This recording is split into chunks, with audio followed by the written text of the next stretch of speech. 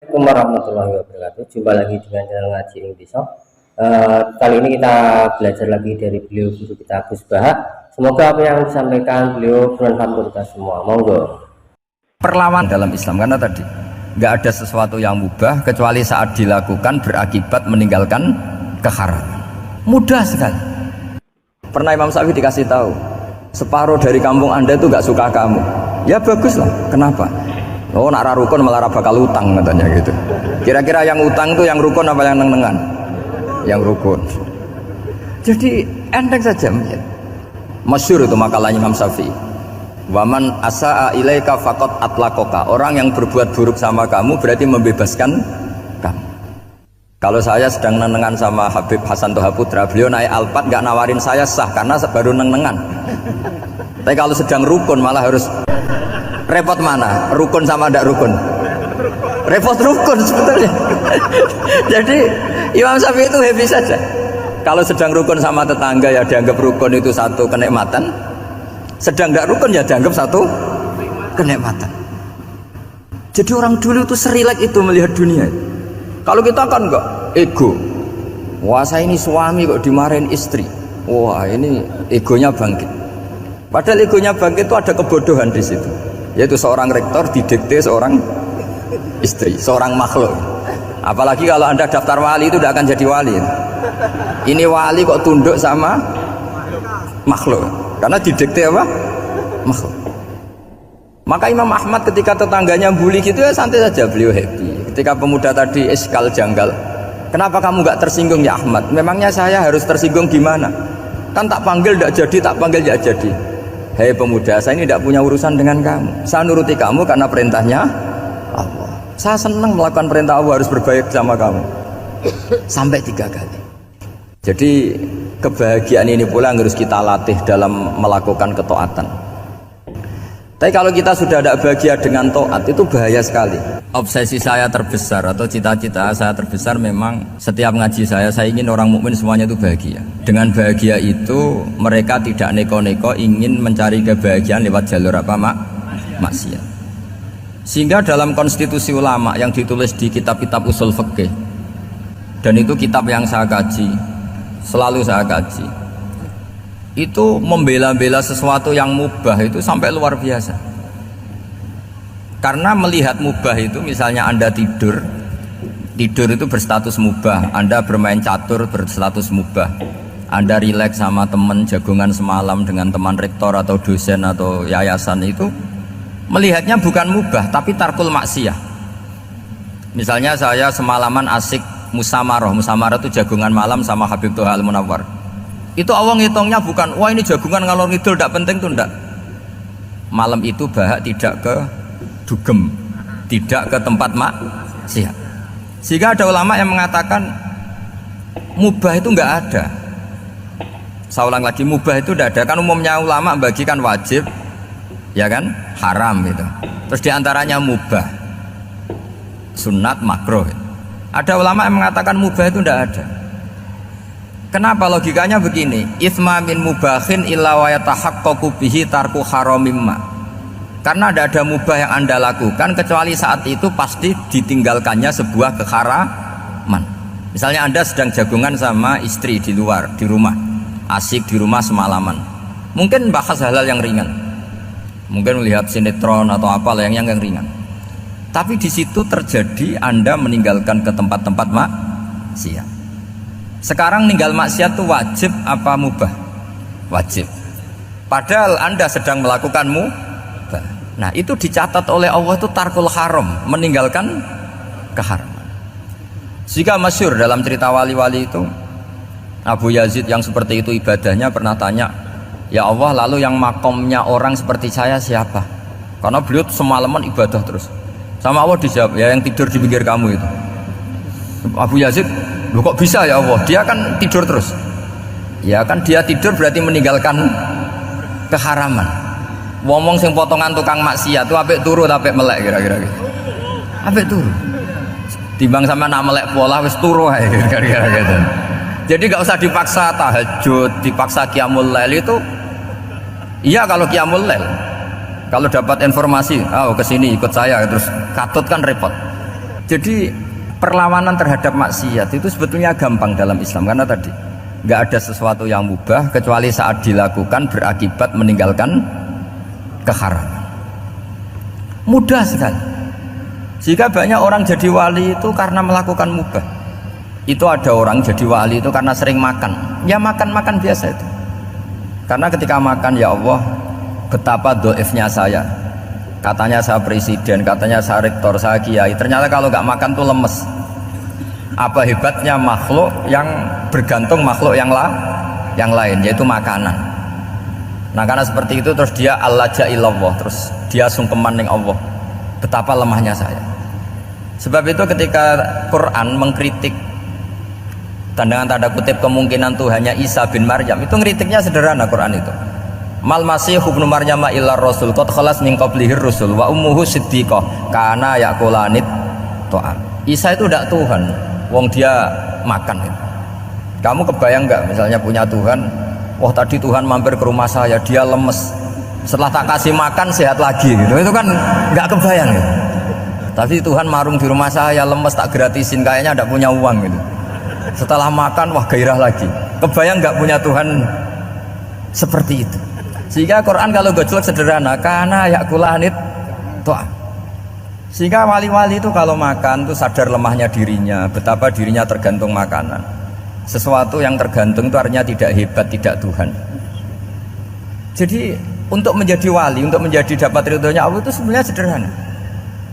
Termasuk ada cara jadi wali yang agak kacau, tapi ini ya benar, asal niatnya benar. Itu Nabi Ayub, itu kan seorang nabi, pernah diuji Allah. Ini ada di Sahih Bukhari. Nanti kamu tanya hadisnya sahih enggak, ini ada di Sahih Bukhari.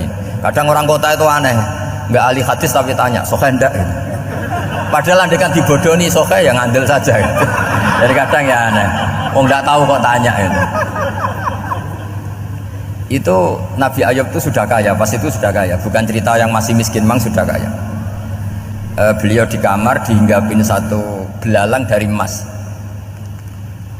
Setelah belalang itu dikejar, ternyata yang jenis itu buahnya semuanya dari emas. Ngambil sana sini, ini yang kesak ini dipenuhin, saku ini dipenuhin, sampai buahnya. Terus sama Allah digojlok, kamu itu nabi saya, kenapa kamu mengumpulkan harta sebanyak itu? Kamu itu nabi saya kok rakus? Jawabannya Nabi Ayub unik. Ya Allah, siapa yang bisa kenyang dari rahmatmu? Ya, jadi kalau kamu punya uang 1 miliar, kok ingin 1 miliar 100, ingin 1 miliar 200, itu cara ngitung bukan uang. Ya Allah, siapa yang bisa kenyang dari rahmatmu? Karena rahmat Allah tidak terbatas. Sudah Gusti, tenang saja, meskipun saya gini rahmat Anda tidak akan habis. Sehingga waroi ada ilmunya, tomak juga ada ilmunya, termasuk ragus itu juga ada ilmunya. Misalnya begini, ini contoh rakus yang ada ilmunya begini. Ini saya beri contoh. Mungkin yang boleh niru orang-orang soleh, kalau nggak soleh jangan. Imam Syafi'i, ini cerita nyata. Imam Syafi'i itu dulu ketika ngaji masih muda itu nggak suka sama guru yang kaya. Kebetulan dia punya guru miskin terus. Namanya Sufyan As-Tsauri, itu miskinnya Masya Allah. Sufyan bin Uyainah juga miskin. Jadi dia miskin, punya guru miskin terus. Sehingga idolanya ya sama guru-guru yang miskin. Suatu saat guru-guru ini menyarankan dia ngaji Imam Malik. Imam Malik itu kaya raya. Itu babutnya Imam Malik kalau diinjek itu mata kakinya tidak kelihatan saking halusnya. Itu Imam Malik tuh gaya. Kalau ngaji di kursi tinggi terus pakai bukhur itu, pakai dupa Arab yang mahal. Pokoknya mewah kali Imam Malik. Terus dia mulai, ini kiai kok kaya. Kemudian setelah beliau alim tanya, saya harus ngaji siapa setelah ilmu jenengan habis kira-kira gitu. Kata Imam Malik, sudah kamu tidak usah perlu ngaji saya, kamu sudah alim alama. Terus Imam Malik datang ke Baki. Zaman itu Baki itu semacam kayak rentalan ya, semacam Grab lah kalau dulu itu. Mana kafilah yang mau ke Irak gitu. Ya sudah terus, oh kita mau ke Irak, ini antar ke Muhammad bin Hasan As-Syaibani. Itu dibiayai sama Imam Malik. Grabnya ya dibayarin, itu kafilahnya itu ya dibayarin. Imam Syafi'i disangoni surrotan min dhahabin. Jadi satu kepes uang dikasihkan. Itu pernah tak hitung semurah-murahnya itu sekitar 60 juta. Imam Syafi'i mulai mikir, kiai yang saya kritik lomo, sing kiai miskin tak puji gak pernah ngamal kan, tentu orang miskin kan.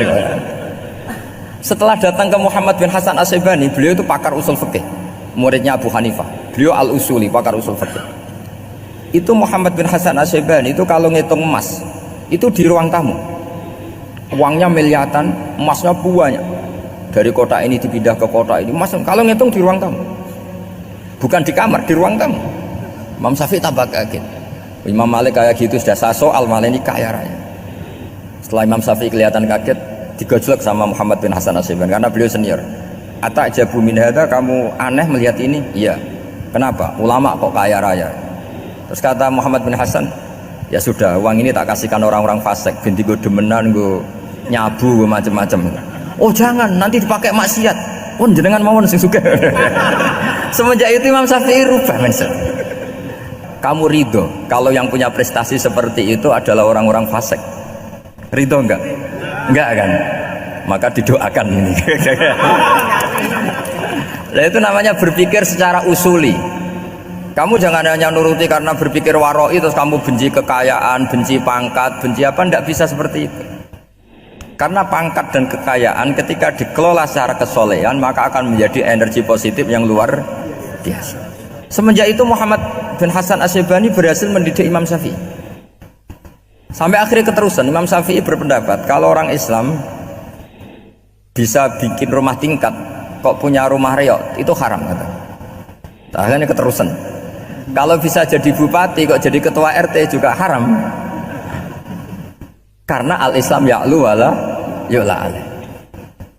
Islam itu luhur bukan bisa diluhurin.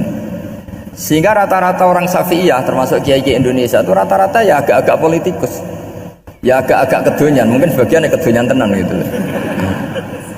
Karena nggak ridho gitu loh. Kalau kesempatan itu dikuasai orang fasik kemudian menjadi kekuatan maksiat. Coba kalau bupati itu orang yang fasik. Kemudian programnya supaya rakyat seneng semalaman dangdutan yang purno misalnya, supaya rakyat seneng dibolehkan dugem, dibolehkan judi.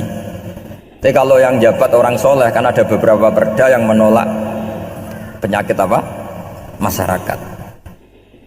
Jadi kamu jangan melihat bahwa kepangkatan ini hanya sebagai alat korupsi, alat otoriter, enggak. Asal kena orang soleh maka ini menjadi energi kesolehan atau energi positif. Sebab itu ketika Allah muji para nabi yang soleh, diantaranya disifati apa? Faqad ataina ala Ibrahim al-kitab wal hikmata, terus ayat wa atainahum mulkan azim. Dan Nabi Ibrahim dan keluarganya tak kasih kerajaan yang besar. Nah sekarang masih banyak orang yang cara pandang menyoal seperti itu salah secara usul fikih. Karena secara usul fikih kesempatan yang baik tentu harus diperjuangkan oleh orang-orang yang soleh, karena ini supaya jadi otoritas yang positif. Itu dulu ada latihannya. Jadi orang dulu itu gampang sekali ketika milih miskin ditanya, kenapa miskin? Saya ingin hisab saya ringan. Tapi ketika mereka kaya yang soleh, supaya harta ini tidak dipakai orang yang nanti dipakai maksiat. Kita misalnya orang soleh kok mau pangkat, karena kita ada ridho kepangkatan itu dipegang orang maksiat kemudian menjadi energi maksiat. Begitu juga seterusnya. Maka ulama dulu itu rileks. Sampai Syekh Nawawi Al-Bantani itu nanti bisa dicek di tafsir Qul hal yastawil ladzina ya'lamuna wal ladzina la ya'lamun. Beliau muji-muji ulama. Kemudian ada seorang yang agak hasud mungkin. Tanya begini. Hebatnya ulama itu begini-begini. Terus ditanya, "Tapi kenapa kita sering melihat ulama ngantri proposal di rumahnya bupati kan? Sementara bupati nggak pernah datang ke ulama ngaji ihya." Jawabannya Imam Syekh Nawawi itu unik. Ya karena ulama itu tahu gunanya uang sehingga nyari uang untuk pondok, untuk masjid. Sementara bupatinya tidak tahu gunanya ilmu maka tidak pernah ngaji. Jadi ya ringan saja nih. Jadi ya sudah seperti itu. Jadi kalau ada ulama kedonyan anggap saja karena tahu gunanya uang. Jadi kenapa ulama ngantri di kabupaten bukan bupati ngantri di ulama? Jawabannya karena ulama tahu gunanya wah, sementara bupatinya nggak tahu gunanya ilmu. Ya kira-kira gitulah. Ada ustadz tidak ganteng, kesensem rondo cantik, karena tahu gunanya ustadz itu. Artinya tahu gunanya kalau saya nikah nanti punya anak jadi gus, karena kan dia kiai gitu. tapi rondone raro gunanya dia karena miskin gitu. Jadi ulama dulu itu rileks menafsirkan apa saja itu rileks, termasuk saat terpojok itu rileks karena semuanya dianalisis pakai ilmu. Sehingga ciri utama wali itu apa? Ala inna awliya Allahi la khaufun alaihim walahum yahzanun. Enggak ada rasa takut, enggak ada rasa gampang, karena melihat sesuatu itu gampang saja. Saya ulang lagi, melihat sesuatu itu gampang saja, ringan. Saya beri contoh ya betapa pentingnya mindset ya, cara berpikir. Orang itu menjadi kikir itu karena nganggap hidup itu lama dan uang itu penting.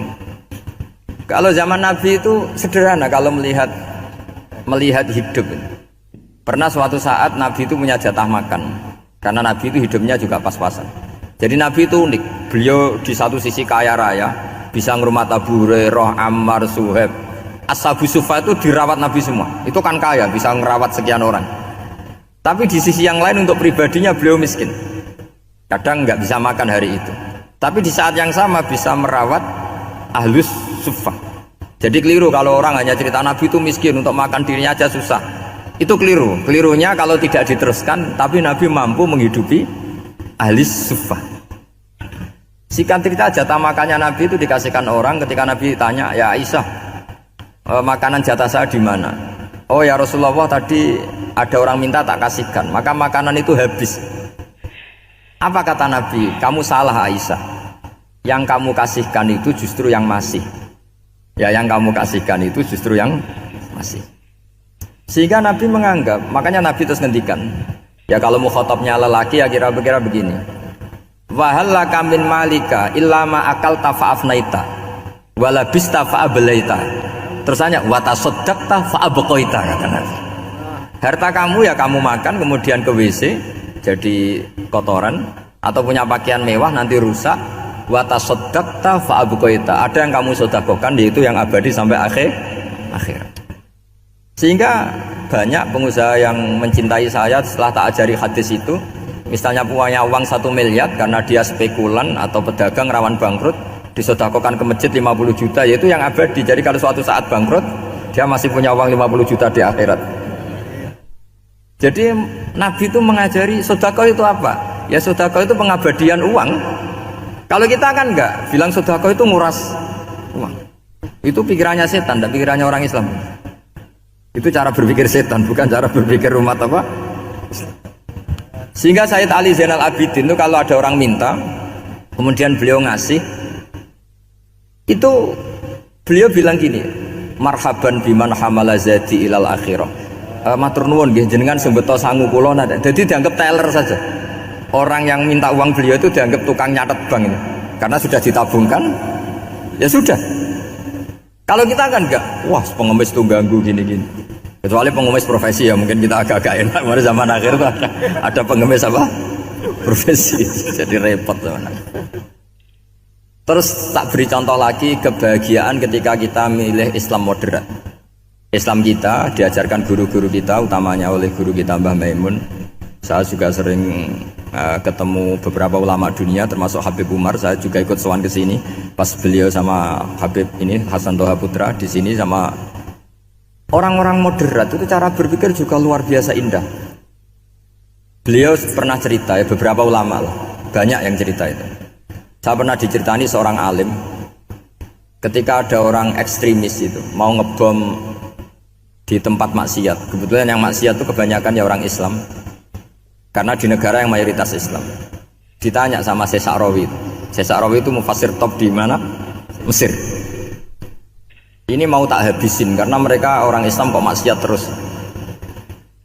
Terus ditanya sama Imam Sa'rawi, laumatu ala khini ma'asihim aina masiruhum. Kalau mereka mati dalam keadaan maksiat, mereka kemana? Ya ilanar, mereka pasti masuk neraka. Terus ditanya sama Imam Sa'rawi, wahal masiruhum ilanar muradun nabi amlah. Punya umat maksiat kemudian mati masuk neraka, itu yang diinginkan Nabi apa enggak? Ya tidak aja. Ya sudah, enggak usah dibom, ditunggu tobatnya kata. Karena kalau mati dalam keadaan itu ke neraka, dan itu tidak yang diinginkan Rasulullah Shallallahu Alaihi Wasallam. Terus ekstremis ini menjadi tobat, tidak berpikir ekstremis mas. Jadi orang itu harus berpikir mindset yang baik. Meskipun kadang berpikir baik itu ya agak-agak kacau. Ada seorang wali majdzub itu kalau berdoa agak kacau, tapi nggak bisa dibantah. Masyhur itu doa itu. Ini sekaligus ijazah, tapi kalau sebelum wali nggak boleh. Itu datang ke makamnya Rasulullah SAW. Terus doanya itu begini. Ya Allah, sekarang terserah engkau. Ya Allah, sekarang terserah engkau. Jika saya kamu jadikan orang soleh, jika saya engkau jadikan orang soleh, maka surra habibuk, maka kekasihmu ini senang. Yang susah musuhmu yaitu setan. Tapi kalau engkau menjadikan saya orang fasik, maka yang susah kekasihmu, yang senang musuhmu. Jenengan punya dua pilihan itu. Wah, itu kan doa tapi kayak teror itu. Ya, jadi berdoa di Raudhah. Wah, itu mesti mandi itu karena agak-agak maksa Tuhan itu. Ya Allah, engkau punya dua pilihan. Jika saya jadi orang soleh, maka kekasihmu ini senang, musuhmu yang susah yaitu setan. Tapi jika saya jadi orang fasik, maka musuhmu yang senang, kekasihmu yang susah. Mohon terserah jenengan, mau menyenangkan kekasihmu apa menyenangkan musuhmu gitu. Kira-kira gimana? Kalau tertarik boleh doa itu dipraktekkan. Tapi kayaknya kalau copy paste itu nggak keren, apa? Jadi dulu orang itu muamalah sama Allah dan Rasul itu rileks. Rileks itu nyaman karena ya tadi, qul bi fadlillah wa bi rahmati fa bidzalika falyafrahu. Sehingga Imam Izzuddin bin Abdissalam itu ngendikan innalladzina yarmunal muhsanatil ghafilat. Di antara kebaikannya ibu-ibu atau mbak-mbak ini harus berstatus ghafilat. Perempuan-perempuan pelupa. Ghafilat itu pelupa. Pelupa dari kenikmatan maksiat sehingga mereka dengan taat. Misalnya ada ibu-ibu atau mbak-mbak atau juga bapak-bapak tahajud, kemudian nyaman dengan tahajud itu. Kira-kira terbersit enggak ingin maksiat? Enggak kan, karena sudah nyaman dengan tahajud, dengan taat. Maka dibutuhkan kenyamanan dalam beribadah. Sebab itu ala bidzikrillahi tatmainnul qulub. Makanya saya termasuk kiai yang setiap ngaji itu happy, seneng. Karena ini untuk kampanye, seneng dengan ngaji, dengan taat itu sudah luar biasa. Kayak apa kalau mereka senengnya kalau nunggu melakukan maksiat. Jadi termasuk bentuk perlawanan kita terhadap maksiat adalah usahakan kamu tuh bahagia, senang dengan taat, istiqnas billah, mu'anasah billah, farah billah, itmi'nan tumakninah billah. Sehingga ini mencukupkan kita tidak berkebutuhan maksiat. Meskipun kita ya manusia, pasti suatu saat atau sudah pernah maksiat. Serasa diceritakan lah, itu mesti gitu. Lah orang-orang dulu itu orang yang sukses mengelola bahagia ma'allah wa billah walillah. Jika wali-wali dulu itu jadi wali itu tidak mesti karena ibadahnya banyak, itu enggak. Mereka orang yang ibadahnya itu biasa sekali. Ulama-ulama dulu ibadahnya biasa sekali. Tapi qulubuhum ma'allah, hatinya itu ma'allah. Itu ada seorang wali itu jadi wali, Umar bin Abdul Aziz yang dikenal khamisul khulafa. Khulafa. Di luar Khulafaur Rasyidin 4, di antara yang soleh adalah siapa? Umar bin Abdul Aziz. Itu ketika mau meninggal, itu senangnya bukan main. Itu semuanya nangis, beliau senang. Terus tanya, kenapa kamu senang? Memangnya saya kalau mati itu kemana aja? Ila khairi madhubin ilaih, ke zat terbaik. Dibang urip mbek kowe bolet atau mbek arhamur rahimin gitu. Yaitu Allah Subhanahu. Jalaluddin Ar-Rumi ketika mau meninggal itu muridnya nangis semua, beliau marah. Kamu harusnya pesta karena saya mau ketemu kekasih saya, malah kamu tangisi, goblok sekali kamu katanya. Jadi orang-orang dulu itu luar biasa. Karena tadi mereka tidak ingin ketemu Allah itu dianggap problem, harus sesuatu yang membahagiakan.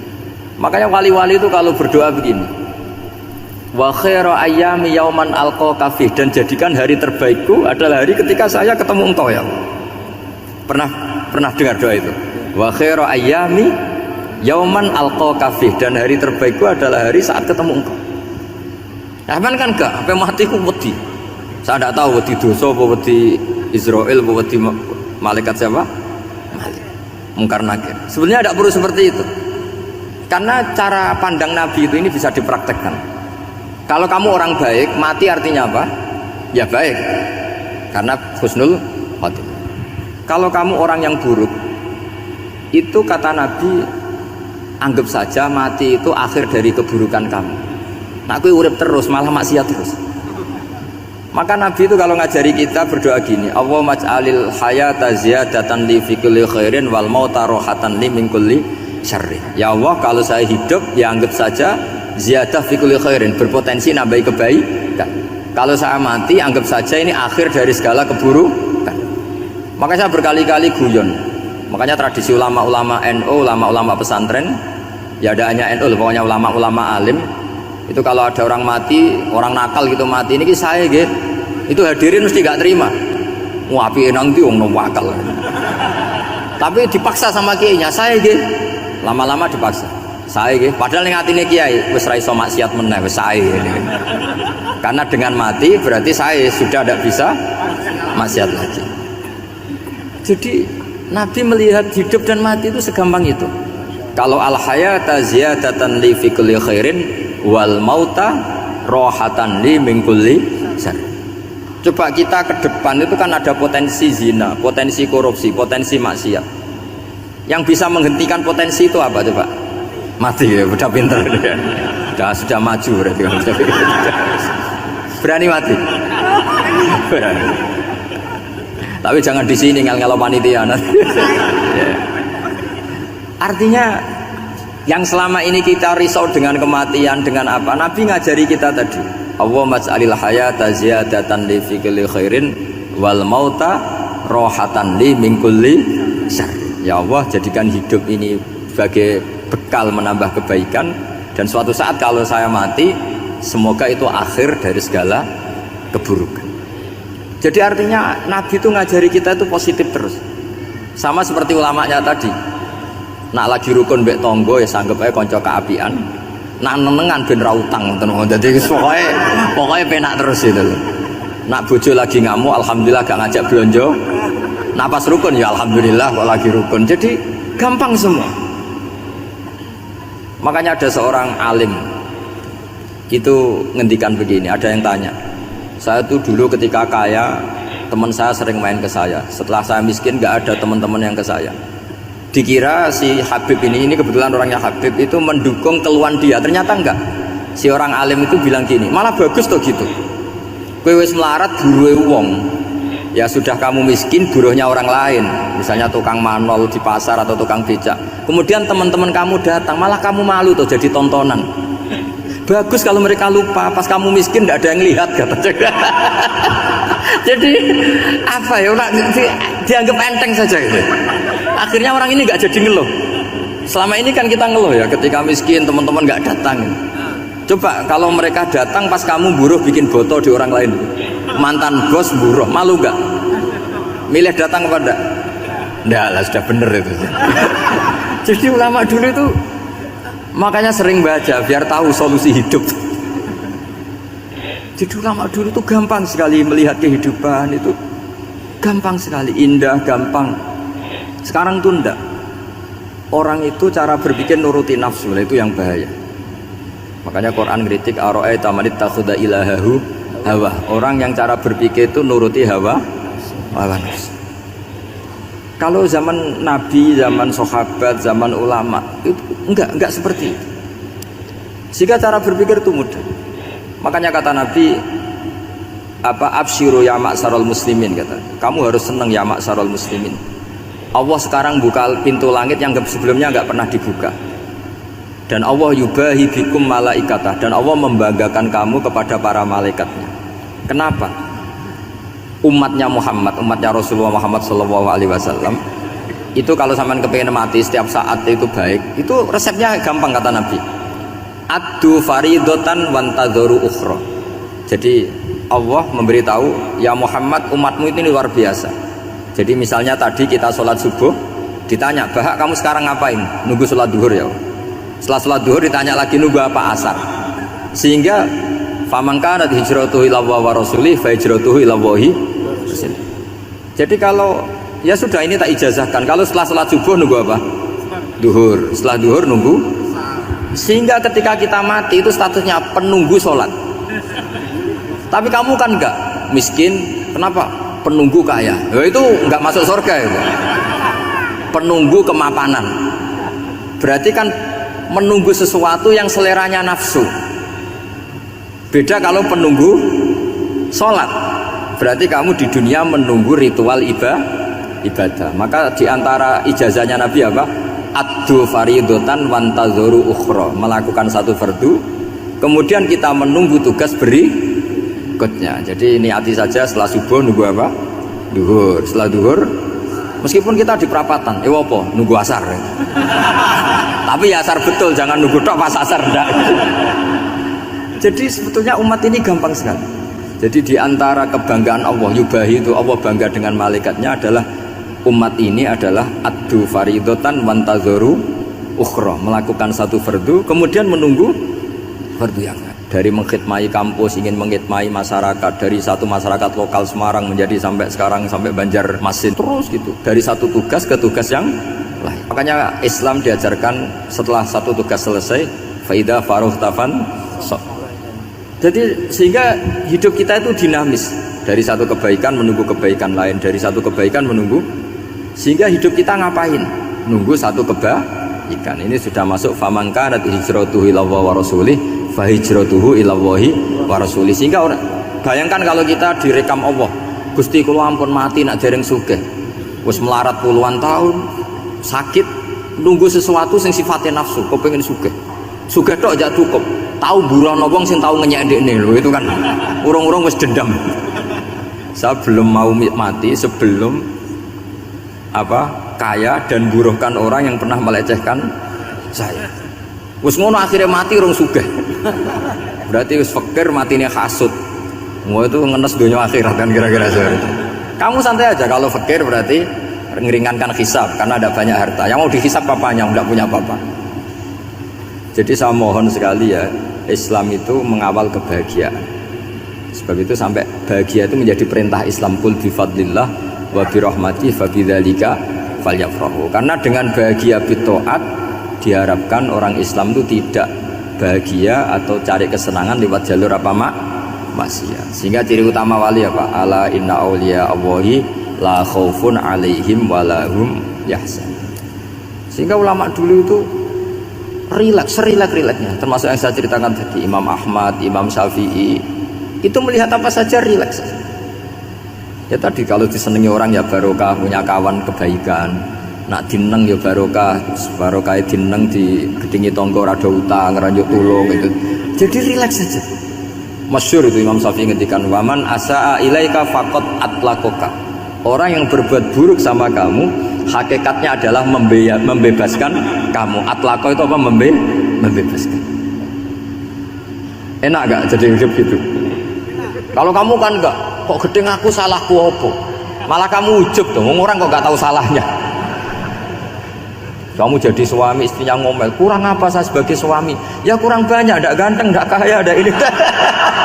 Malah kalau diterangkan malah parah toh.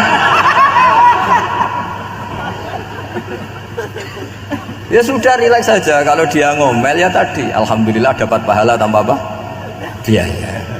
Terus ngomel kan butuh energi, paling yang tidak kuat 3 jam. Nanti juga berhenti apa? Sendiri. Terus ambil nilai positifnya, misalnya ngomel sama suaminya, bagus lah. Kalau ngomel sama tetangga malah kayak apa gitu aja udah. Jadi ulama dulu itu gampang sekali melihat hidup.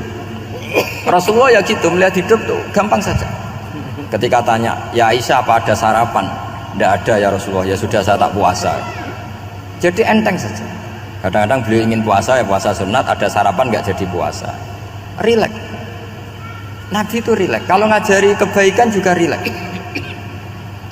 Nah sekarang itu banyak orang yang karena mungkin kurang baca, Islam tuh kayak menjadi aturan yang bengis, yang repot, yang mengekang. Itu tidak seperti itu. Yuridu wa bikumul yusra wala yuridu bikumul usra. Allah menghendaki agama ini mudah. Sehingga ada sahabat di Imami Mu'ad itu baca Baqarah. Sahabat ini pekerja petani, mufarokoh ditinggal. Ketika Mu'ad lapor, ya Rasulullah ini ada orang munafik, tengah-tengah sholat mufarokoh saya ditinggal. Yang disalahin itu tidak yang ninggal tapi muat. Afattanun anta ya muat. Kamu itu tukang fitnah. Masa ngimami petani pakai surat Baqarah? Jadi yang disalahkan ini imamnya, Pak. Kalau kamu jadi imam, sholatnya ya yang cepat.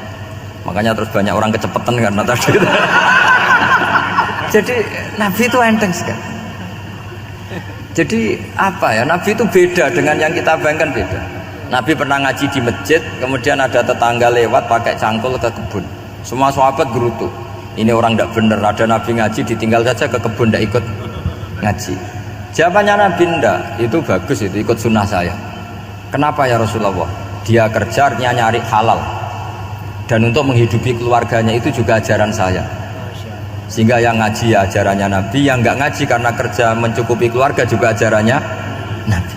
Segampang itu. Oh, kalau kayaknya kamu kan, wes gak roh akhlak kan gitu. Nabi rileks saja Nabi.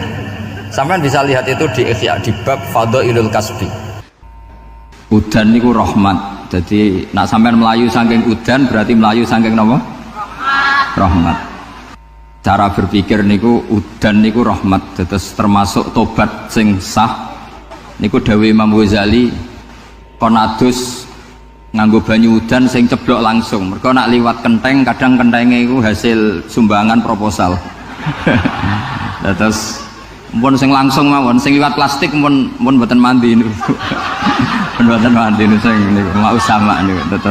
Terus dulu di antara syarat tobat niku dawuh Imam Ghazali iku adus udan sing perawan, maksudnya sing asli ceblok saking pundi?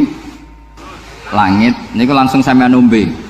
Nak tepak nggih tobat, nak mboten tepak nggih lara niku. Mergi asli.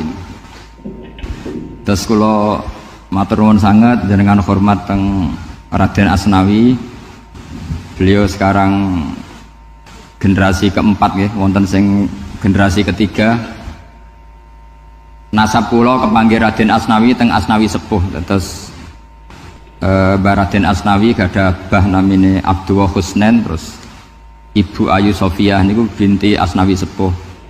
Kula buyut kula kandung damaran niku Hafsah binti Maksum bin Soleh bin Asnawi sepuh. Kenapa saya cerita zuriyah nggih? Terus satu peradaban. Gini bahasa Indonesia mawon nggih. Kersane gaul. Satu peradaban itu yang bisa bangun itu zuriyah. Zuriyah itu komunitas gen. Meskipun nanti komunitas gen itu bisa disadap atau dibajak oleh orang-orang yang tidak gen, jadi agak ilegal tapi itu sah. Karena sampean bisa misalnya kalah nasab sama saya, misalnya bilang nanti ketemu di Nabi Adam saja Gus gitu. Nanti pasti kita ketemu di siapa? Nabi Adam. Terus kedua, kekalahan nasab itu tidak abadi, karena nanti setelah jenengan ditanya di kuburan bapak kamu siapa, itu disuruh jawab Nabi siapa? Ibrahim. Terus kekalahan nasab sampean nanti berakhir di kuburan, karena nanti dijawab siapa bapak kamu, disuruh jawab siapa? Nabi Ibrahim. Jadi yang punya bapak Karmen apa itu sudah selesai, sudah nggak dipakai lagi. Nanti pakai siapa? Nabi siapa? Ibrahim. Nah, kenapa saya cerita bahwa nasab gen itu akan disatukan oleh satu visi ilmiah yang objektif. Gini ku dawe Nabi Yusuf, wattaba'tu millata abai Ibrahim wa Ishaq wa Yaqub. Terus dawe Nabi Yusuf, maka nalana an nusyrika billahi min syai'. Jadi saya ngikuti leluhur saya. Ini dengerin ya, saya ngikuti leluhur saya, yaitu Nabi Yaqub bin Ishaq bin Ibrahim. Leluhur saya itu siapa? Maka nalana an nusyrika billahi min syai', yaitu keluarga besar yang tidak pernah melakukan kemusyrikan. Ya, keluarga besar kami punya tradisi tidak pernah melakukan kemusyrikan. Dan bahkan itu dibahasakan tidak mungkin kita ini melakukan kemusyrikan. Maka nalana itu kira-kira kalau bahasa Indonesia itu kita ini tidak mungkin melakukan kemusyrikan. Nah, kenapa demikian? Itu berangkat dari logika yang permanen, disebut yusabbitu Allahu alladziina amanu bil qouli tsabiti fil hayatid dunya wa fil akhir. Logika permanen itu begini misalnya. Kita-kita ini kan hidup dari bapak, bapak dari ibu, terus sampai Nabi Adam. Kemudian setelah Nabi Adam ini berakhir, kemudian kita mau tidak mau berpikir, Nabi Adam itu siapa? Terus diterangkan, ternyata Nabi Adam itu satu makhluk hidup yang mulanya dari tanah. Lewat wahyu Allah, lewat titah Allah, kun, kemudian jadi manusia yang bernama Adam. Sebelum Adam, ada bumi, ada langit, ada cakrawala, macam-macam. Kemudian itu kita rumuskan lagi, asal-usulnya adalah tidak ada. Adamiyun makhdun. Akhirnya kita tahu bahwa alam raya ini diwujudkan setelah dari tidak ada. Nah tentu terus kita berpikir, dari tidak ada menjadi ada itu pasti penyebabnya adalah sesuatu yang ada. Nah yang ada itu disebut wajibil wujud. Karena wajibil wujud ini wujud sendiri, nggak ada saingannya. Karena Allahu ala syai'amahu, Allah ada dan tidak ada pesaingnya. Maka kita ini berpikir nggak mungkin ada kekuatan manapun yang menyamai Allah. Sehingga nggak ada Yesus mungkin menyamai Allah, nggak ada Fir'aun, nggak ada Lata, nggak ada Uzza. Makanya disebut maka nalana an nusyrika billahi min syai'. Kita ini tidak mungkin melakukan kemusyrikan. Sama ndak usah tanya saya, Gus, tapi orang menjadi musyrik itu kan mungkin. Jawabannya itu tetap nggak mungkin. Kemusyrikan itu satu teori yang nggak mungkin. Tapi kalau orang musyrik itu mungkin. Memang akan dilibat.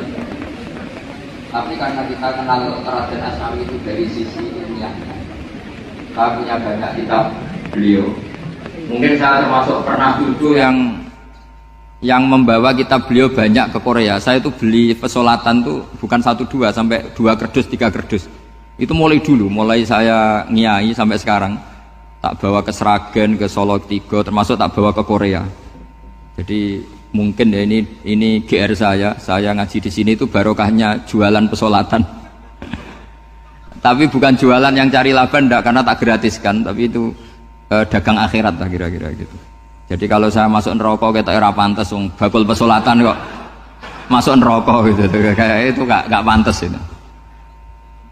Karena saya termasuk orang ya yang cara berpikir itu optimis. Dulu di sini ada orang alim alama namanya Raden Asnawi. Terus kemudian sejarah agak berpolemik, ada mengatakan beliau itu muridnya Syekh Nawawi, ada mengatakan tidak.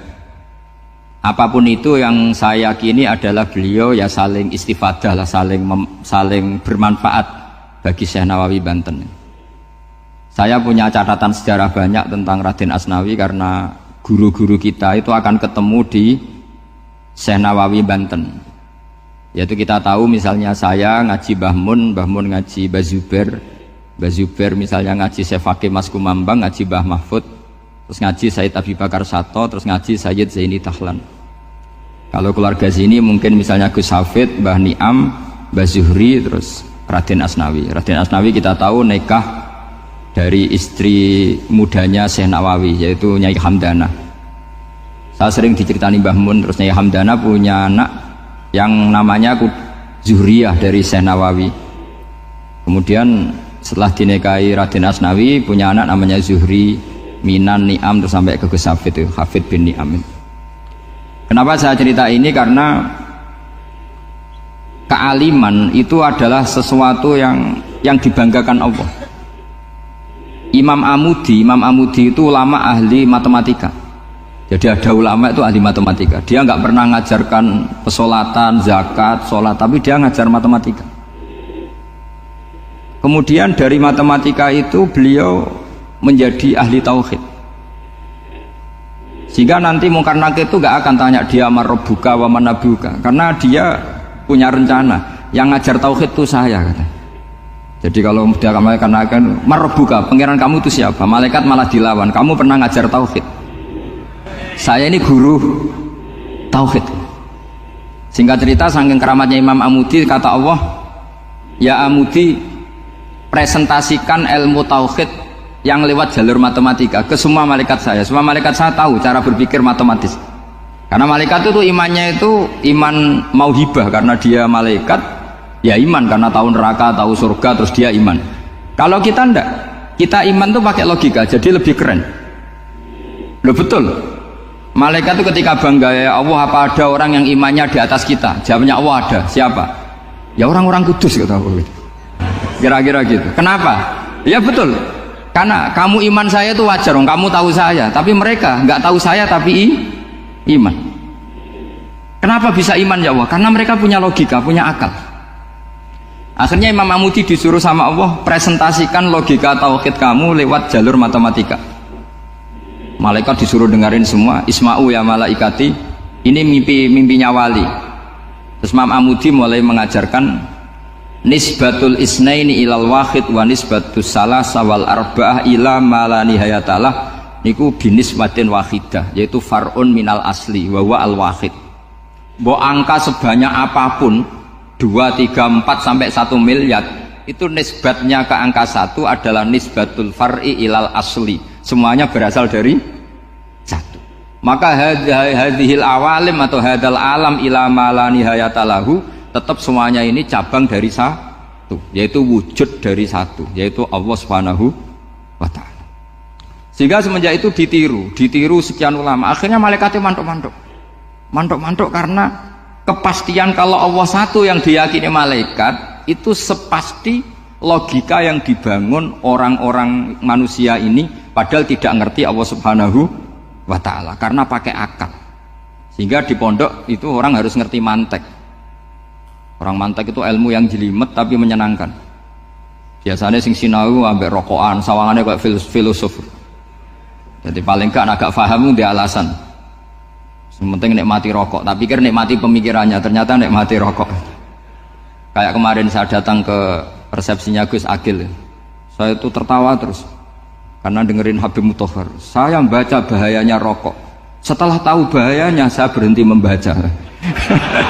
Tak pikir itu kan setelah tahu bahayanya saya berhenti merokok, ternyata enggak. Saya baca bahayanya apa? Merokok. Setelah saya baca, maka saya berhenti membaca, gitu. Bukan berhenti merokok. Itu ilmu kelas tinggi seperti itu harus mantap. Pernah beliau ditegur dokter, Beb, kalau rokok terus nanti mati. Tenang saja, saya masih bawa korek. Dikira itu kan orangnya yang mati, ternyata beliau enteng saja. Santai aja dok, saya masih bawa korek. Jadi saya bukan nyarankan santai rokok, tapi orang rokok itu memang punya logikanya sendiri. Kalau Banafek Hajen itu masih pernah bahasa juga, karena Banafek juga turunan Mbah Mutamakin. Hak, rokok itu haram tau ora? Nak cara kula darani haram sebuti bah. Lah iya, nak haram ya bener aku. Mulane tak obong, barang haram apike diobong. Jadi saya sama orang-orang sepuh itu tidak pernah menang. Jadi apa ya? Mereka itu orang yang sudah lama, gimana ya, mau dikatakan bulat itu ya, tapi memang nggak pernah kalah mereka. Ada satu kiai masih misananya Mbak Nafek, ini rokok 2 katanya. Bagi yang nggak ngerokok berarti membiarkan 2 haram masih. Bagi yang merokok berarti mengurangi haram. Kalah lagi ya. Jadi saya tuh pernah dibully 2 mbah saya, karena 2 mbah saya ini rokok semua.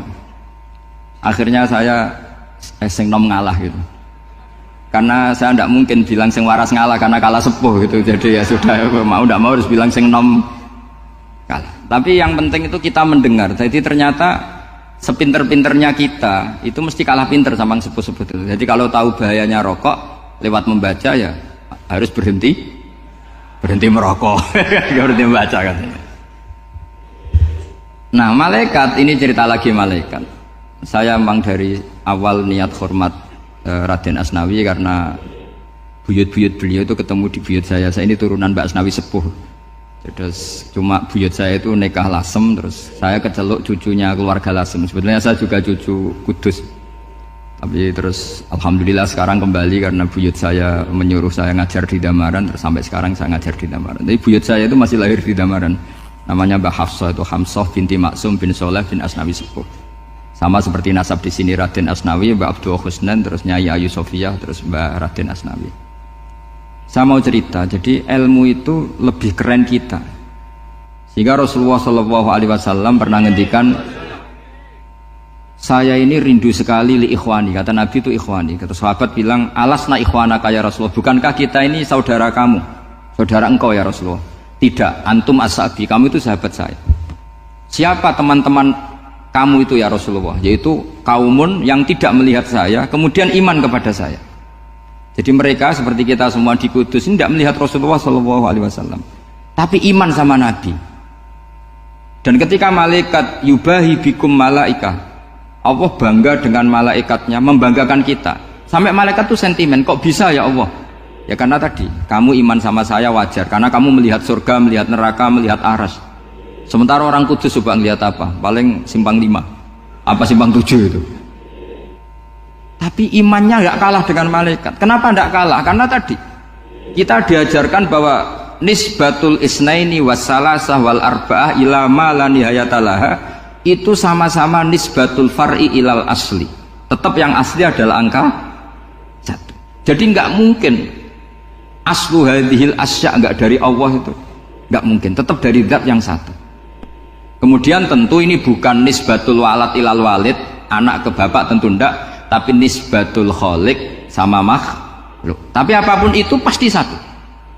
Sehingga Imam Amudi akhirnya masuk surga lewat jalur itu. Tidak usah lewat pertanyaan man rabbuka wa man nabiyyuka. Kelasnya disuruh ngajar malaikat. Saya punya rencana jadi pengajar malaikat nanti itu kan.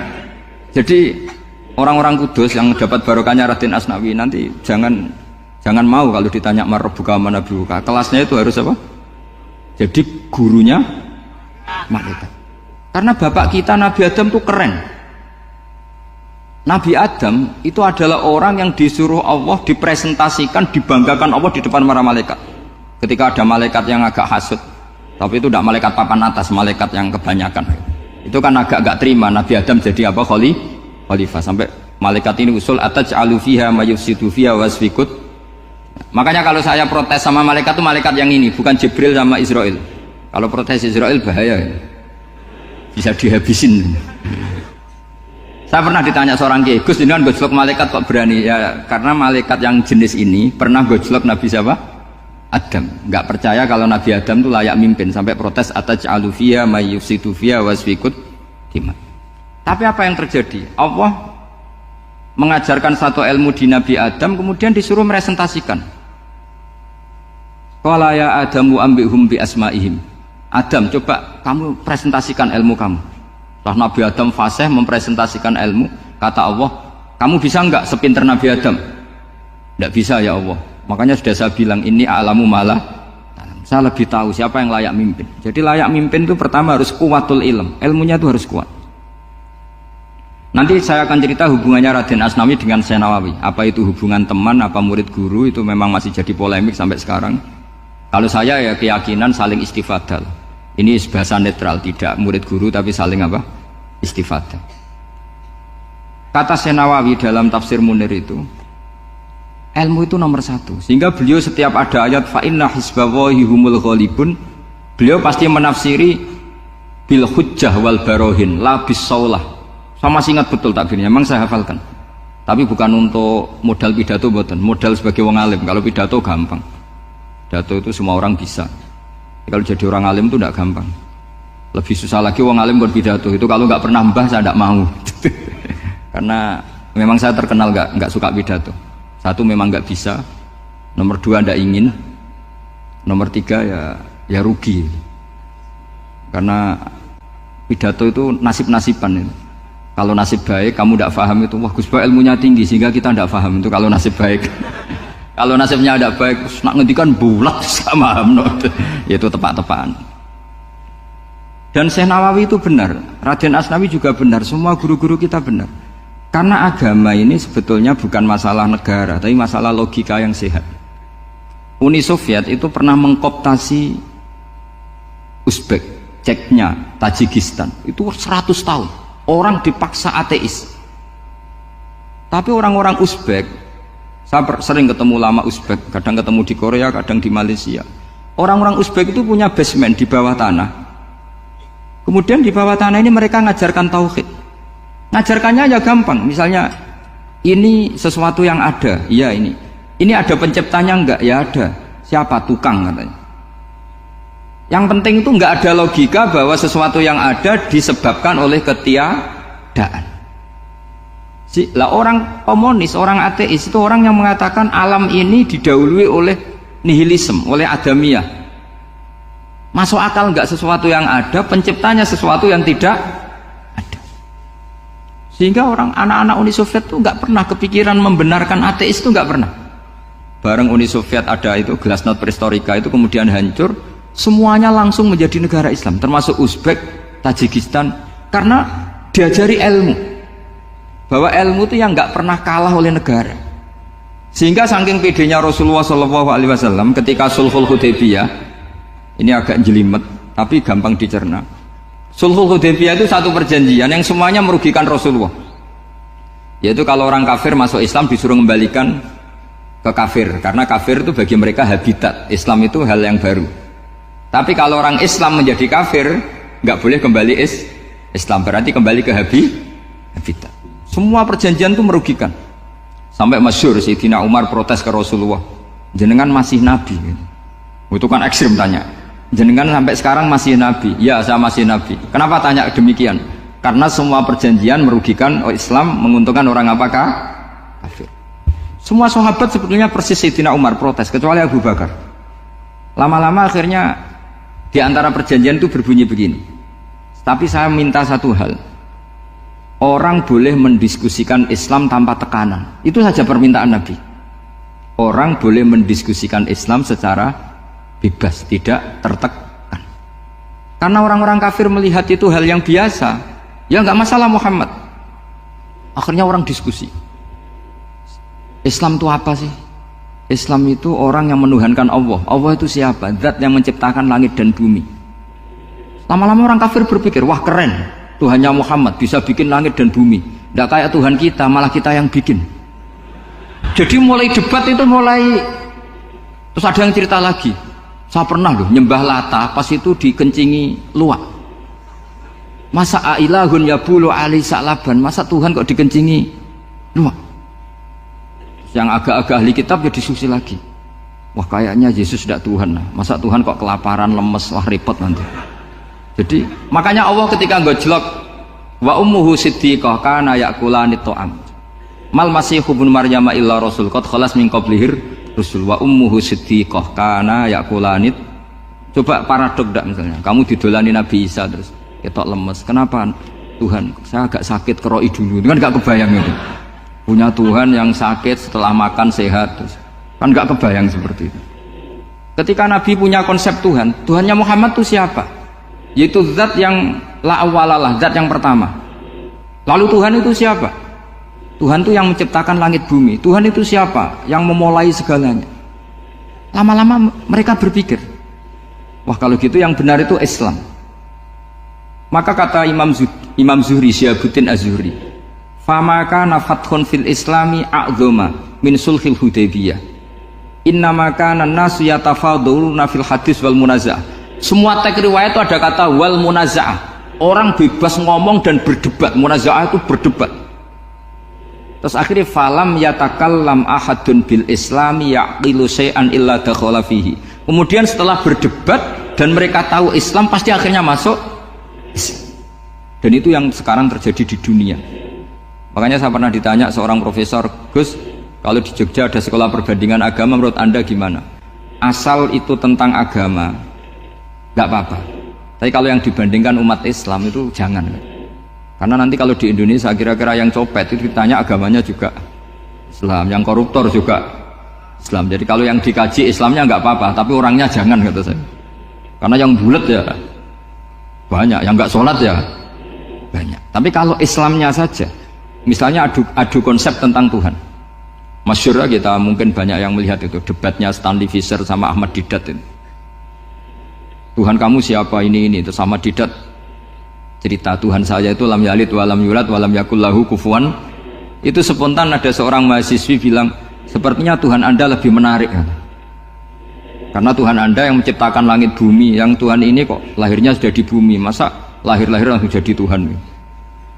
Jadi akhirnya Falam yatakallam ahadun bil Islam yaqilu syai'an illa dakhala fihi. Sehingga agama ini apa? Agama itu adalah kalimat tauhid. Kalimat itu apa? Logika yang terbangun. Nah, ketika logika itu terbangun, maka disebut yusabbitu Allahu alladzina amanu bil qaulis tsabit fil hayatid dunya wa fil akhirah. Allah itu akan menetapkan satu kaul, satu presentasi ilmiah atau satu kesimpulan ilmiah. Yang kesimpulan itu nyata benarnya. Dan ini akan nyata terus baik di kehidupan dunia maupun kehidupan apa? Akhir. Seperti Allah sebagai Tuhan. Itu akan nyata terus.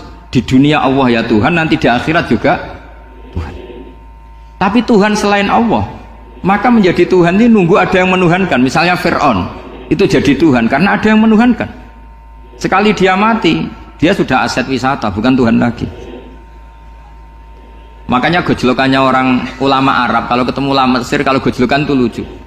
Orang Arab, ada Abu Jahal, Abu Lahab, penggaweane ngusir Nabi gitu. Itu gojlokannya ulama Mesir. Kata ulama Arab, kamu gayanya benci Fir'aun, tapi rizki kamu dari wisata melihat Fir'aun. Itu gojlokannya ulama Arab sama ulama Mesir. Sehingga agama ini mengajarkan apa? Satu kalimat. Makanya kamu harus belajar mantek. Dulu Raden Asnawi ya pengajar mantek. Dulu buyut saya di sini Mbah Fauzan, abahnya Mbah Pah itu, mbahnya itu juga pengajar mantek. Karena di antara yang diceritakan Allah itu wa ja'alaha kalimatam baqiyatan fi aqibih. Tugas utama Nabi Ibrahim adalah menjadikan satu logika. Kalimah itu logika. Itu menjadi logika yang abadi. Baqiyah itu abadi. Fi aqibih, di anak turunnya Nabi Ibrahim. Misalnya begini, saya beri contoh ya. Misalnya saya mengatakan teh ini hitam, itu menjadi kalimah karena diucapkan, tapi tidak menunjuk hakikat karena tehnya berwarna apa? Kuning. Sehingga Quran kalau menyalahkan orang kafir itu ngendikannya kaburas kalimatan takhruju min afwahihim. Omongannya orang kafir itu menjadi kalimat karena diucapkan dari mulutnya. Kenapa menjadi kalimat? Karena diucapkan tapi tidak menunjuk hakikat. Seperti orang mengatakan 2 ditambah 2 itu 10, itu kalimat, tapi kalimat yang salah karena tidak menunjuk hakikat. Seperti orang kafir mengatakan Tuhan itu 3, itu kalimat karena diucapkan tapi tidak menunjuk hakikat. Tapi ketika seseorang mengatakan Allah itu Tuhan, Tuhan itu satu, itu disebut kalimatu haqqin 'alaiha nahya wa 'alaiha namut. Temriki tahlilane wa 'alaiha napa wa biha? Wa 'alaiha napa wa biha?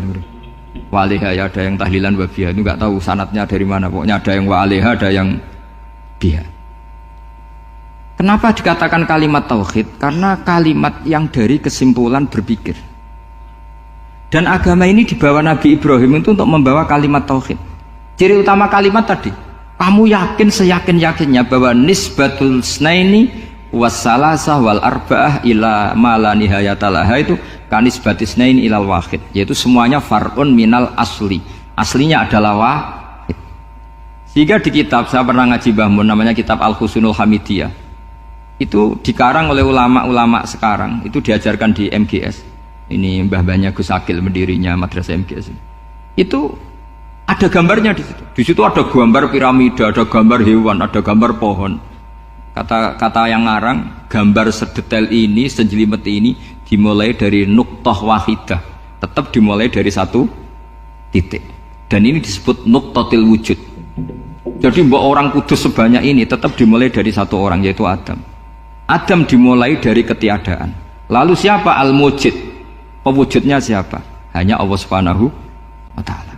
Sehingga ulama-ulama termasuk Syekh Nawawi itu paling suka ngendikan semua makna Quran dikumpulkan di Fatihah, Fatihah dikumpulkan di Bismillah, Bismillah dikumpulkan di Ba, karena di Ba itu ada titik nukdotil wujud, yaitu disingkat bi kana makana wa bi yakunu ma yakun. Karena saya, kata Allah, semuanya akan ada, dan karena saya yang enggak ada, semuanya suatu saat ada. Disebut nukdotil wujud. Nah, kita meyakini kalau Allah satu itu seyakin-yakinnya, karena nggak mungkin angka nggak dimulai dari angka satu. Begitu juga gambar seapapun julumete. Misalnya sampean gambar zaman saya kecil, gambar paling favorit itu apa? Kambing bertarung. Itu gambarnya kan susah. Daripada gambar kambing bertarung susah terus dibikin kotak saja, tembok. Kalau tanya gurunya, gambarnya mana? Di belakang tembok, Bu. Ini itu dulu saya diwarai anak-anak nakal. Jadi semua satu gambar itu disuruh gambar harimau, yang satu disuruh gambar kambing bentrok, yang satu disuruh gambar matahari, semuanya kotak semua. Ini itu Bu, gambarnya di belakang apa? Tembok, maka nggak kelihatan kata. Jadi gurunya kalah cerdas. Yang guru itu sebenarnya nggak pernah menang, karena murid itu lebih pinter. Itu teman saya dulu kalau ngaji itu, kalau tes itu ngerpek, baca. Gurunya marah, kamu tes kok baca? Enggak ngerpek Bu, ini belajar di kelas. Katanya belajar kapan saja di mana saja. Acuh. Jadi apa ya, orang itu kadang yang salah itu lebih masuk akal kadang-kadang ini. Saya teruskan ya supaya ini dapat barokahnya Raden apa? Asnawi. Saya mohon sekali ya, kalimatul haqqin itu harus kamu jaga. Caranya jaga ya tadi. Kalau kamu tidak bisa ilmu mantek, misalnya al-alam mutaghayyir wa kullu mutaghayyir hadis la budda min muhdits, itu kan jelimetan.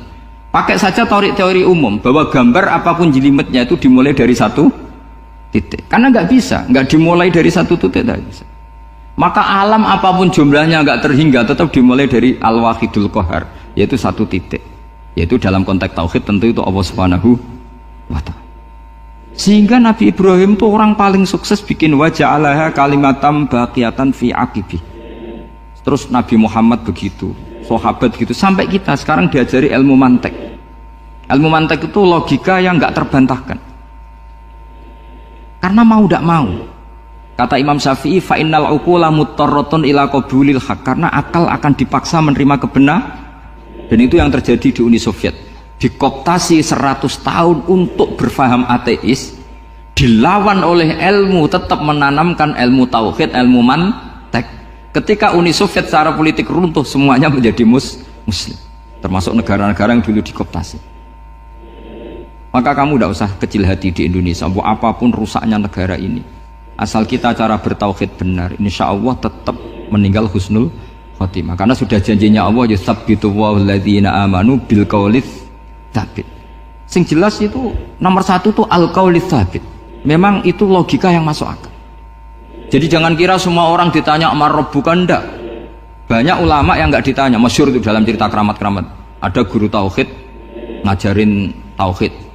Setelah ditanya mungkar nakir, Imam Malik datang. Kamu nanya ini, man rabbuka man nabiyuka, kamu tahu ini guru Umul Barohin yang tukang ngaji tauhid. Guru tauhid kok ditanya apa? Tauhid. Malaikatnya enggak jadi tanya. Dan saya percaya cerita-cerita seperti itu karena secara umum itu ala inna auliya Allahi la khaufun alaihim walahum yahzanun lahumul busyra fil hayatid dunya wa fil akhirah. Artinya kalau wali itu kok ditanya mungkar nakir berarti ngalami ketakutan. Karena di situ kan digambarkan mungkar nakir itu sewangar, bawa godam. Kalau yang tanya nggak bisa dipukul sampai ajur sak walang-walang. Pokoknya ceritanya kan seru seperti itu. Berarti kalau betul begitu terus ayat la khaufun alaihim walahum yahzanun kayak apa? Makanya dalam kitab Nashihul Ibad itu ada cerita ini. Sampean boleh nggak sependapat dengan saya, tapi semoga nasib sampean nanti digebuki malaikat. Karena orang itu akan mengalami seperti yang dirasakan.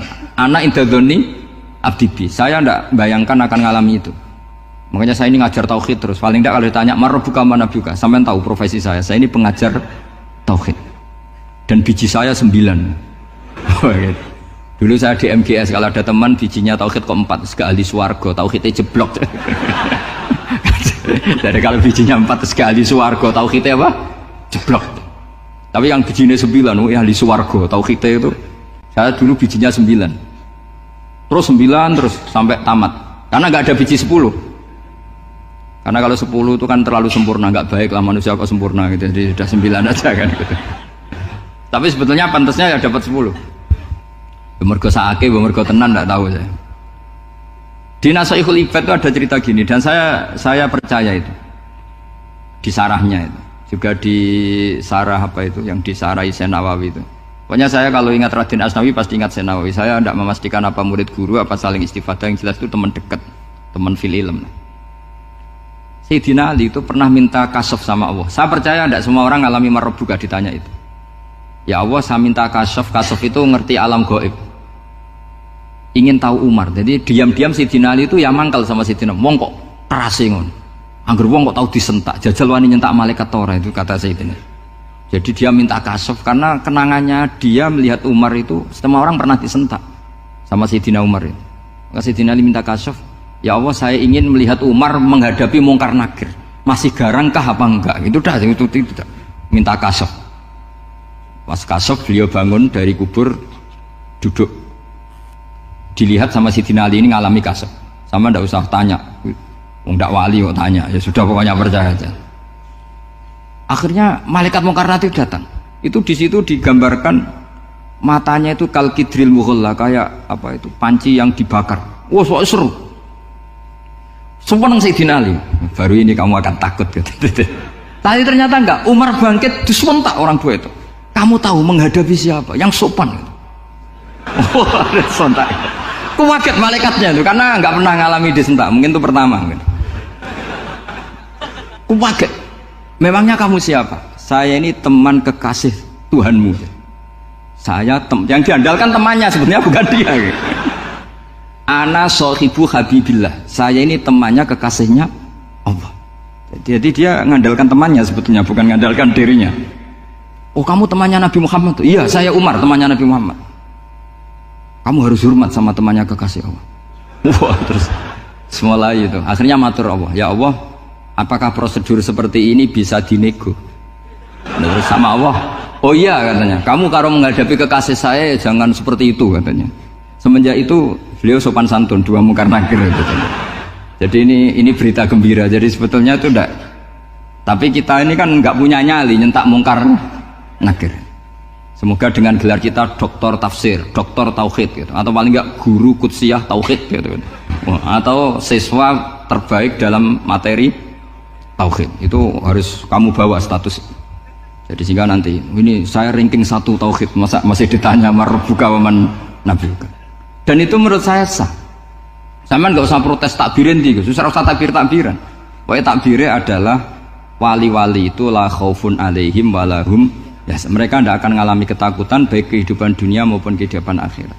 Bahkan para malaikat itu mengatakan ke wali-wali, nahnu awliyaukum fil hayatid dunya wa fil akhirah. Kita ini teman kamu, saudara kamu, mitra kamu.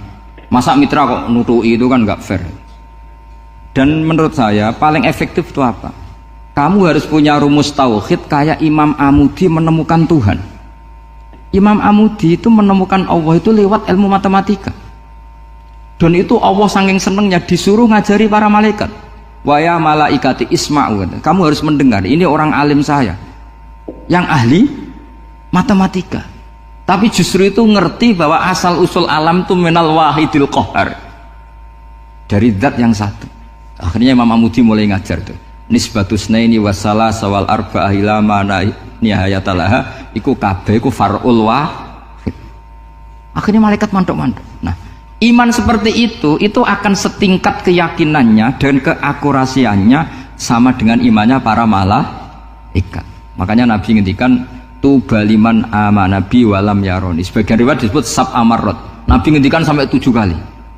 Betul-benar keren orang yang tidak melihat saya kemudian iman kepada apa yang bisa menemukan itu? Hanya akal. Misalnya contoh paling gampang ya yang dialami para ulama. Ya saya ulang lagi, yang dialami para ulama ketika menemukan ilmu ya yang menjadikan mereka mahabbah Rasulullah Shallallahu Alaihi Wasallam. Nabi itu paling suka itu sholat. Nabi itu paling senang sama sholat. Wa qurratu aini fi sholat. Terus beliau ngendikan as-sholatu imaduddin. Terus beliau kalau muji sholat itu sundul langit. Sampai beliau kalau banyak masalah itu bilang ke Bilal, arifna ya Bilal, saya kasih istirahat. Itu maknanya mau sholat. Semuanya sholat. Pertanyaannya adalah, apakah mungkin seorang raja yang ambisi jadi raja kemudian yang dikampanyakan adalah orang supaya sholat? Tentu kalau Nabi seorang raja, beliau akan kampanye gimana? Narik upeti kayak apa, narik pajak kayak apa biar Nabi kaya? Enggak. Nabi itu paling tersiksa kalau orang tidak sholat, tersiksa kalau orang tidak sujud. Loh, kalau beliau seorang raja ngapain mempopulerkan sholat? Maka makna sholat imaduddin adalah sholat itu tiang agama. Maknanya tiang agama, kamu akan tahu betul kalau dia seorang nabi. Karena apa? Yang diajarkan adalah sholat. Loh, coba untungnya apa bagi Nabi Muhammad ketika umat Islam sholat? Kan tidak ada untungnya sama sekali. Justru itu kelihatan kalau dakwah beliau itu dakwatul haq, mengajak kebenar. Loh, wong kok kampanyane kon sholat? Mestinya nak kepengen sugih kan kon bayar pajak. upeti. Tapi enggak, Nabi itu ngajarkan apa? Orang supaya sholat. Dan ini diimplementasikan sama Raden Asnawi. Beliau ngarang pesolatan. Orang sealim itu yang dikarang pesolatan. Makanya saya tuh kagum. Saya saksinya banyak. Tanya murid-murid saya kalau beli pesolatan saya kerdus. Saya kirim ke Korea terus ke pedalaman-pedalaman itu. Karena saya butuh pesolatan. Bahwa orientasi kita itu sholat. Sehingga wali-wali itu dulu, saya berkali-kali cerita kalau ngaji, wali-wali dulu itu kalau ditawarin Allah masuk surga itu tanyanya satu, ya Allah di surga ada sholat enggak? Kalau enggak ada saya enggak mau. Kalau sampean pasti enggak tanya gitu, pasti itu sudah ada. Sampean malah gini, enak mbus warga ora usah sholat mesti gitu. Sudah, jadi sudah lama sekali nganggap sholat itu problem. Dan itu berat masuk surga kalau begitu terus, itu berat. Itu pertanyaannya gitu. Karena alam rohani kita, saya ulang lagi, alam rohani kita itu tidak kebayang kalau kita hanya nyuwun sewu nikmati secara seksual, secara biologis. Makanya ada ulama ditanya, kenapa sholat itu lebih indah ketimbang nikmat al-wiqa misalnya, nikmatnya hubungan biologis. Jawabnya ulama itu gini, lucu, jawabannya sederhana. Nikmatnya kamu punya anak itu apa? Jawabnya ulama itu lucu. Kalau sakit dia sembuh, kalau hilang dia datang. Saya ulang lagi ya, kalau sakit dia sembuh, kalau hilang dia datang. Sekarang orang tua yang punya anak sakit koma di UGD atau di emergency, itu senangnya tuh mengalahkan kesenangan apa saja. Kira-kira orang yang berhubungan intim atau yang hubungan biologis dengan orang yang sedang anaknya sembuh dari koma, senangnya senang mana? Senang yang melihat anaknya sembuh dari koma. Senikmat apapun hubungan biologis, seneng anaknya yang hilang ketemu. Nah, kalau anak ketemu saja orang seseneng itu, apalagi kita di surga, ketemu zat yang lama kita sembah, yang lama kita rindukan, yang lama kita rindu, kemudian ketemu di surga, maka tidak ada artinya surga tanpa melihat Allah Subhanahu wa Ta'ala. Memang harus dijelaskan secara rohani. Akhirnya orang ngerti bahwa nikmat tertinggi di surga adalah melihat Allah Subhanahu wa Ta'ala. Karena kalau anak-anak muda mungkin protes, ya enggak, ya enak kumpul sama widadari gini-gini. Wah itu kan yang trauma bojone jelek itu. Wah itu yang bojone jelek mesti kesusu masuk surga karena itu sudah jelek, cerewet, nggak mati-mati kan gitu. Terus dia ingin masuk surga mesti niatnya welek, mesti pikiran pertama itu kumpul widadari. Tapi ada ulama yang bikin analogi tadi, misalnya istri kamu cantik, kemudian anak kamu sakit, koma. Hubungan dengan istri sama dengar berita anak kamu sembuh, seneng mana? Seneng anak sembuh. Sama anak yang hilang, seneng mana? Anak yang hilang ketemu. Maka terus ulama bisa menjelaskan itu. Kalau orang ketemu anaknya seseneng itu, apalagi ini ketemu Tuhannya yang bertahun-tahun disembah, kemudian tidak pernah melihat. Di surga itu nanti kita melihat Allah Subhanahu. Makanya Allah begitu bangganya mempromosikan surga. Surga itu apa? Surga itu wujuhu yauma idzin nadhirah ila rabbiha nadhirah, yaitu wajah-wajah berseri-seri dan melihat Allah. Itu tanpa dijelaskan seperti ini Anda akan janggal, enaknya di mana? Tapi setelah dijelaskan detail gini oleh ulama, maka kita akan tahu an-ni'matul uzma sing enggak ada perbandingannya adalah nikmat masuk apa? Surga karena melihat Allah Subhanahu wa Ta'ala. Ya jadi saya berkali-kali pokoknya minta sekali, hadil umat harus umat yang rasional, terutama dalam mengemban tauhid. Karena tauhid ini yang disebut kalimah. Sampai Allah mengistilahkan kepada Nabi Ibrahim itu waja'alaha kalimatam baqiyatan fi aqibih. Kalimat tauhid adalah kalimat yang akan abadi di anak cucunya Nabi Ibrahim. Baik anak cucu yang karena gen mau anak cucu yang karena sebab, yaitu santri dengan kiai. Dan itu caranya gimana? Umat Islam jangan berhenti belajar mantek. Makanya di MGS, di Qudsiyah, di TBS semua pondok pasti ngajarkan mantek, di Bendan, ilmu logika. Itu tadi, kalau kamu tidak bisa menemukan tauhid dengan cara tadi, dengan cara al-alam mutaghayyir wa kullu mutaghayyir hadis la budda min bukhtis, paling tidak pakai ilmu yang dilakukan Rasulullah SAW. Yaitu masyhur itu, saya sering cerita di mana-mana. Ada orang namanya Jubair bin Mut'im, Muhammad bin Jubair bin Mut'im. Itu dulu dia kafir. Dia orang pinter sampai dipasrai jadi negosiator untuk mengurus tawanan perang Badar yang ditawan Rasulullah SAW.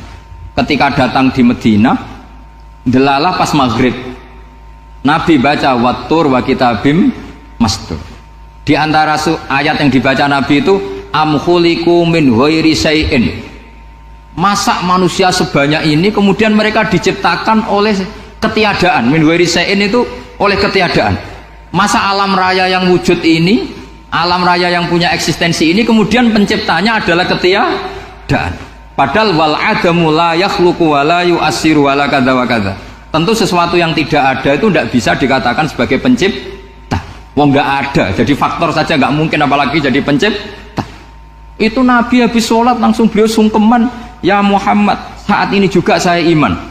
Karena logika yang dibangun ayat yang kamu baca itu menghabiskan semua logika saya. Intinya logika tauhid itu akan mengalahkan semua teori non tauhid. Itu yang disebut bal naqdhifu bil haqqi 'alal batili fayadmaghuhu fa idza huwa zahid. Kebenaran tauhid itu akan menghancurkan kekuatan apa saja. Fayadmaghuhu itu di tafsir Tobari disebut dorbatan tasujud dimah. Satu pukulan sing sampai menjadikan otak itu hancur. Nah ini disebut damagho, dimah itu maknanya otak. Maka kamu jangan khawatir kalau Islam didiskusikan di Uni Soviet, didiskusikan di Kanada, didiskusikan di Korea, pasti kalimat tauhid akan mengalahkan kalimatul batil. Pasti ja'al haqqu wa zahaqal batil, innal batila kana zahuq. Tapi syaratnya kita harus kuat. Makanya saya ini senang sekali yang namanya ngaji itu, saya senang. Karena saya tadi bercita-cita ingin jadi dosen setelah mati. Karena di dunia sudah tidak jadi apa? Dosen. Saya ingin seperti Imam Amudi. Pertama ketemu Allah, beliau disuruh ngajar malaikat tentang ilmu apa? Matematika yang mengarah ke tauhid. Jadi diajarkan. Kamu tahu angka 2, angka 3, angka 4, semuanya bersumber dari angka 1. Berarti semuanya berawal dari 1. Gak tahu setelah itu malaikatnya dites lagi apa enggak, gak tahu. Pokoknya pas itu malaikat ya paham semua, oke. Kayak apa hebatnya umat Rasulullah Shallallahu Alaihi Wasallam? Karena akalnya kuat. Sehingga kita harus kuat. Sehingga kalimat yang benar disebut kalimatul haqqin 'alaiha nahya wa 'alaiha. Nah, kalimat yang salah disebut kaburas kalimatan takhruju min afwahim. Kalimat menjadi kalimat karena diucapkan, tapi tidak menunjuk hakikat. Kayak ini misalnya, ini tutup, ini putih, terus saya katakan hitam, berarti saya mengatakan ini hitam sebagai kata-kata karena diucapkan, tapi tidak pernah menjadi hakikat karena hakikatnya ini putih. Itu hebatnya Quran. Makanya Quran kalau gojlek orang kafir itu, gojlek orang kafir itu sebut apa? Kaburas kalimatan takhruju min afwahim. Tapi untuk kalimat tauhid dikatakan apa? Yusabbitu walladzina amanu bil qaulif tsabit fil hayatid dunya wa fil akhirah. Sebagian disebutkan wa ja'alaha kalimatam baqiyah. Kenapa kalimat tauhid itu kalimat yang abadi? Karena Allah sebagai Tuhan di dunia juga sebagai Tuhan di akhirat, dan selalu Tuhan pada masa yang tidak terbatas. Itu disebut wa ja'alaha kalimatam baqiyah. Kemudian umatnya Nabi mengganti kalimat yang gampang. Allah punya sifat baqo, punya sifat akhir. Maksudnya akhir itu la akhiralah. Terus semuanya yang paham ya alhamdulillah, yang enggak paham dikon ngapal wujud kidam baqo mukhalafatul khawadisi qiyamuhu binafsi wahdaniyat kudrat irodat. Wes paham. Lah kok sing rada alim terus roh bedane iki sifat ma'ani iki maknawiyah. Cara Mu'tazilah ngene, cara ahli sunnah ngene. Wah itu sudah kejrimeten bocah. Sementing pokoknya wujud hitam. Nah, kenapa yang pertama yang disebut wujud? Karena yang membedakan kita dengan faham ateisme itu ya sifat wujud. Yaitu mereka mengatakan alam raya ini dimulai dari ketiadaan.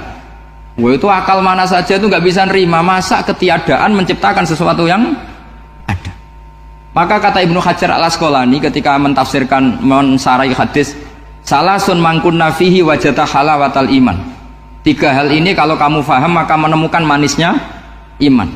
Manis itu enak. Terus kata Ibnu Hajar al-Asqalani, saya masih ingat betul dalam sarahnya Fathul Bari, wa yusamma inda ahlil aql, misalnya al-iltizat al-aqli. Agama ini mengajarkan kenyamanan cara berpikir.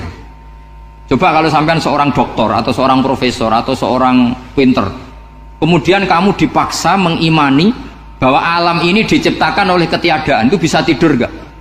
Oh, udah bisa tidur.